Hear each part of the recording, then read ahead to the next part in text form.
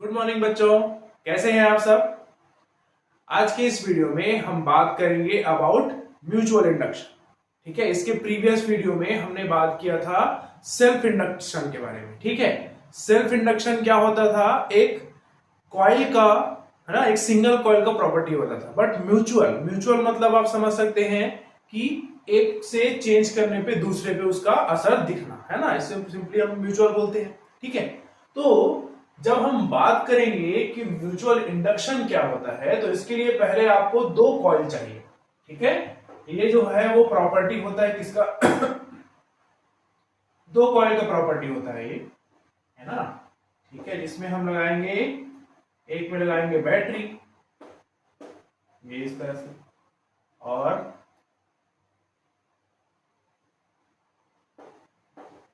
ये लगाएंगे हम रियोस्टेट RH। ठीक है, ये बना ली बैटरी B, इसको बोला जाता है प्राइमरी कॉइल। ठीक है, अब इसी के पास में हम एक दूसरा कॉइल को और रख देते हैं बच्चों, जिसमें लगा देते हैं हम गैल्वेनोमीटर। ये बिल्कुल इस तरह से। ठीक है, इसको बोला जाता है सेकेंडरी कॉइल। ठीक है, तो याद रखेंगे जो म्यूचुअल इंडक्शन है वो दो कॉइल्स का प्रॉपर्टी होता है। ठीक है, अब ये वर्क कैसे करता है या कैसे अपना इफेक्ट दिखाता है उसको देखते हैं। ठीक है, जब हम इस प्राइमरी कॉइल में स्विच ऑन करेंगे बच्चों, तब इसमें क्या होगा, करंट फ्लो होना स्टार्ट होगा। ठीक है, अब जैसे जैसे करंट की मात्रा जो है वो बढ़ती जाएगी, वो मैक्सिमम तक पहुंचेगा। ठीक है, तो पहले क्या था, करंट जो है वो 0 था। अब जैसे ही स्विच ऑन किए तो वो धीरे धीरे क्या होगा, करंट का वैल्यू जो है वो इंक्रीज होगा। अब करंट की वैल्यू इंक्रीज होगी तो उसके साथ जो इस कॉइल में यहां पर बनेगा क्या, मैग्नेटिक फील्ड लाइन बनेगा। क्योंकि हमको पता है कि अगर कोई स्ट्रेट कंडक्टर है तो उसके चारों ओर मैग्नेटिक फील्ड लाइन बनता है, और अगर कोई कॉइल है तो वो मैग्नेट की तरह वर्क करता है।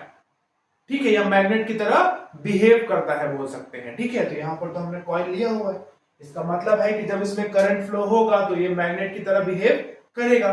मैग्नेट की तरह बिहेव करेगा, इसका मतलब ये है कि यहां पर जो है वो इस तरह से आपका मैग्नेटिक फील्ड लाइंस जो है यहां पर बनेंगी। अब हमने क्या किया हुआ है, इस मैग्नेटिक फील्ड लाइन से लगा हुआ एक दूसरा कॉइल ले लिए, बिल्कुल उससे चिपका हुआ ऐसे। ठीक है, तो हमने देखा जैसे ही हम स्विच ऑन करेंगे यहां पर क्या होगा, करंट जो है वो इंक्रीज होगा। इंक्रीज होने के कारण से ये जो मैग्नेटिक फ्लक्स है यहां पर वो क्या होगा, चेंज होगा। उस मैग्नेटिक फ्लक्स के चेंज होने के कारण से क्या होता है बच्चों, क्योंकि मैग्नेटिक फ्लक्स चेंज हो रहा है और यही मैग्नेटिक फ्लक्स इस कॉइल के साथ भी लिंक है, इसके कारण से इस सेकेंडरी कॉइल में क्या हो जाता है, इंड्यूस्ड करंट जो है वो प्रोड्यूस हो जाता है।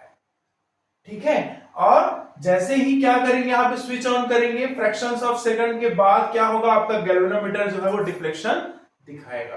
क्योंकि यहां पर हमने करंट दिया है, मेन करंट I, है ना, और इसमें जो करंट आएगा वो कौन सा रहता है, इंड्यूस्ड करंट। वो क्यों हो रहा है, क्योंकि जब हमने इसको जब करंट दिए तो धीरे धीरे उसका वैल्यू जो है बढ़ा होगा, है ना।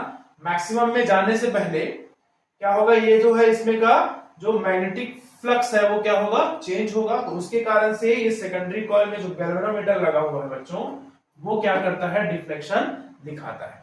ठीक है, अब कुछ समय के बाद हम देखेंगे कि ये जो बैटरी लगा हुआ है इसमें, जिसमें हम मेन करंट दे रहे हैं, उसका करंट का वैल्यू हो जाएगा मैक्सिमम। तो जैसे ही मैक्सिमम होगा वो करंट क्या हो जाएगा, कांस्टेंट। ठीक है, अब जब करंट कांस्टेंट हो गया तो यहां पर जो मैग्नेटिक फ्लक्स है वो भी क्या हो जाएगा, कांस्टेंट। अब मैग्नेटिक फ्लक्स अगर कांस्टेंट है, चेंज नहीं हो रहा है, तो इसमें इंड्यूस्ड ईएमएफ नहीं आएगा। हमने ये फॉर्मूला पढ़ा हुआ है नहीं, E is equal to minus d phi b by d t, ये हमने पढ़ा हुआ है फॉर्मूला। ठीक है, तो यहां पर देखिए, अगर ये मैग्नेटिक फ्लक्स कांस्टेंट हो गया तो इंड्यूस्ड ईएमएफ का वैल्यू क्या हो जाएगा, 0। तो यहां पर आपको समझना है जब मेन करंट का वैल्यू जो है वो मैक्सिमम को रीच कर जाता है और करंट की वैल्यू जो है वो मैक्सिमम हो गई तो आपका करंट जो है वो क्या हो जाएगा, कांस्टेंट हो जाएगा। उसके कारण से मैग्नेटिक फ्लक्स भी क्या होगा, कांस्टेंट। अब मैग्नेटिक फ्लक्स कांस्टेंट हुआ तो गैल्वेनोमीटर कोई भी डिफ्लेक्शन नहीं दिखाएगा। ठीक है, अब क्या करते हैं, स्विच को ऑफ कर देते हैं। तो जैसे ही स्विच ऑफ करेंगे तो जो करंट का वैल्यू मैक्सिमम गया था, है ना, करंट का वैल्यू जो है वो मैक्सिमम गया था, वो कहां पे, किधर की ओर लौटेगा, जीरो की तरफ, है ना। अब ये जब जीरो की तरफ लौटेगा मतलब ये हो रहा है कि हम जो है करंट के वैल्यू को क्या कर रहे हैं, रिड्यूस कर रहे हैं, रिड्यूस कर रहे हैं। ठीक है, तो जब हम देखें करंट की वैल्यू रिड्यूस हो रहा है तो उस टाइम भी क्या होगा, मैग्नेटिक फ्लक्स क्या होगा, चेंज होगा। और मैग्नेटिक फ्लक्स चेंज होने के कारण से बच्चों इसमें फिर से इंड्यूस करंट आएगा और वो जो है वो फिर से आपका डिफ्लेक्शन दिखाएगा, कौन, गैल्वेनोमीटर। ठीक है, यहां पर आपको समझना है बहुत ही स्मॉल टाइम का क्या रहता है, गैप रहता है। करंट को ऑन करेंगे, है ना, तो अब हमारे लिए अड़चन ये हो रहा था, मेन मुश्किल ये हो रहा था कि यार हम जब स्विच ऑन किए गैल्वेनोमीटर एक बार डिफ्लेक्शन दिखाया, स्विच ऑफ किए गैल्वेनोमीटर एक बार डिफ्लेक्शन दिखाया, है ना। तो इसके लिए हम क्या करते हैं, इस अरेंजमेंट में रियोस्टेट यूज करते हैं, है ना। रियोस्टेट के माध्यम से हम क्या करते हैं, उसके जो सर्किट का जो रेजिस्टेंस है उसको वेरी करते हैं। और हमने ओम्स लॉ से पढ़ा हुआ है, अगर रेजिस्टेंस वेरी करता है तो उसके साथ साथ आपका करंट भी क्या होता है, वेरी करता है। ठीक है, अब करंट वेरी कर रहा है बच्चों, इसका मतलब ये हुआ कि magnetic flux linked with the coil भी क्या होगा, वेरी करेगा। और उसके कारण से आपका जो सेकेंडरी कॉइल है उसमें जो गैल्वेनोमीटर लगा हुआ है वो कंटिन्यूअसली क्या करेगा, डिफ्लेक्शन दिखाएगा। ठीक है, तो ये कंप्लीट जो फिनोमेना है उसको बोला जाता है म्यूचुअल इंडक्शन।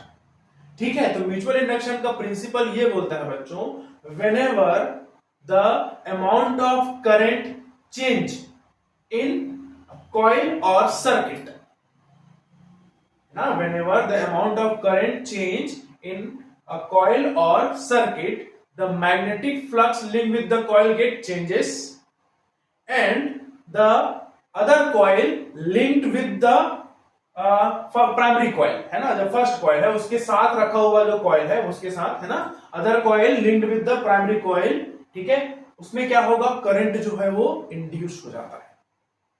ठीक है, करंट जो है वो क्या हो जाता है, इंड्यूस हो जाता है, किसके कारण से, इसमें प्राइमरी कॉइल में चेंज होने के कारण से। ठीक है, और आपको यही समझना है कि जब हमने प्राइमरी कॉइल में करंट को बढ़ाया या कम किया तब जो है सेकेंडरी कॉइल में जो गैल्वेनोमीटर लगा है वो डिफ्लेक्शन दिखाएगा। अगर ऐसा हो रहा है तो आप समझ लेंगे कि उस पूरा प्रोसेस को क्या बोलेंगे हम, म्यूचुअल इंडक्शन। ठीक है, क्या बोला जाता है बच्चों, म्यूचुअल इंडक्शन। तो अच्छे से याद रखेंगे, सेकेंडरी कॉइल में हम कोई भी छेड़खानी नहीं करते हैं, जो भी हमको करना है वो प्राइमरी कॉइल में करेंगे।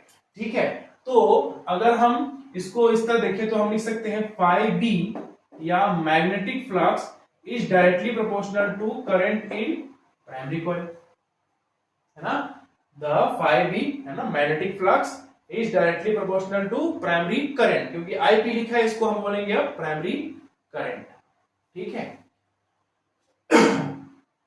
ये इस तरह से प्राइमरी करंट हो गया। अब यहां से अगर हम निकालेंगे तो phi b is equal to, इसके लेते हैं हम कैपिटल M। ठीक है, इसको बोला जाता है coefficient of mutual induction, coefficient of mutual induction, और M को नाम दिया जाता है ना, L जो था वो क्या था, सेल्फ इंडक्टेंस था, M जो है उसको बोला जाता है म्यूचुअल इंडक्टेंस। ठीक है, M को बोला जाता है बच्चों म्यूचुअल इंडक्शन। ठीक है, मतलब म्यूचुअल इंडक्टेंस। ठीक है, आपको ये याद रखना है कि जैसे सेल्फ इंडक्शन एक कॉइल का प्रॉपर्टी था, म्यूचुअल इंडक्शन जो है वो दो कॉइल का प्रॉपर्टी होता है। ठीक है, सेल्फ इंडक्शन, है ना, में जो उसका एसआई यूनिट था वो भी हेनरी था, म्यूचुअल इंडक्शन का भी एसआई यूनिट क्या होता है, हेनरी। अगर दोनों का यूनिट सेम है इसका मतलब है कि उनका डायमेंशन फॉर्मूला भी क्या होगा, सेम होगा। तो इसका डायमेंशन अगर देखें तो ये हो जाएगा ML2T E माइनस टू ए माइनस, ठीक है। तो इस तरह से जो सेल्फ इंडक्शन है और म्यूचुअल इंडक्शन है वो सिमिलर है, बट उनमें कुछ डिफरेंस भी है, ठीक है। तो अगर हम उसके डिफरेंस की बात करें तो सेल्फ इंडक्शन है बच्चों, वो सिंगल कॉइल का प्रॉपर्टी होता है, और म्यूचुअल इंडक्शन जो है वो दो कॉइल उसके लिए चाहिए, ठीक। दूसरा ये कि जब हम बात करते हैं सेल्फ इंडक्शन का, तो मेन करंट में जो चेंजेस होते हैं एक ही कॉइल में, उसी के कारण से उसमें करंट क्या होता है, जनरेट होता है, ठीक है। बट जब हम बात करते हैं म्यूचुअल इंडक्शन का, तो हम प्राइमरी के करंट को क्या करते हैं, वेरी करते हैं प्राइमरी कॉइल के, उसके कारण से सेकेंडरी कॉइल में चीजें क्या हो जाती है, चेंज हो जाती है, ठीक है। तो इस तरह से आप उसको बेसिक डिफरेंस जो है उसको आप समझ सकते हैं।